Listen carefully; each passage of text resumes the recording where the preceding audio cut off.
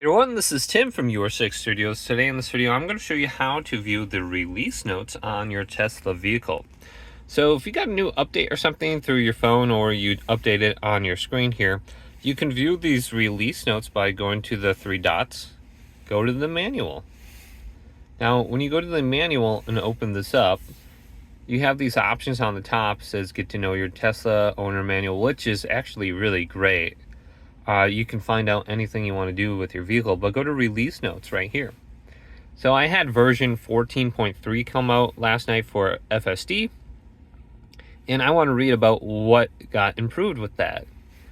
So I can read things with the release notes. For example, increased decisiveness of parking spot selection and maneuvering. So just reading these notes can be quite helpful if you're following FSD, and you can see what's improved. And we can see other things in here too. So it looks like this was mainly an FSD auto pilot naming update. So just come into here and you can see things that are improved about your Tesla, or you can get to know your Tesla or read the manual. Hopefully this video did indeed help you out.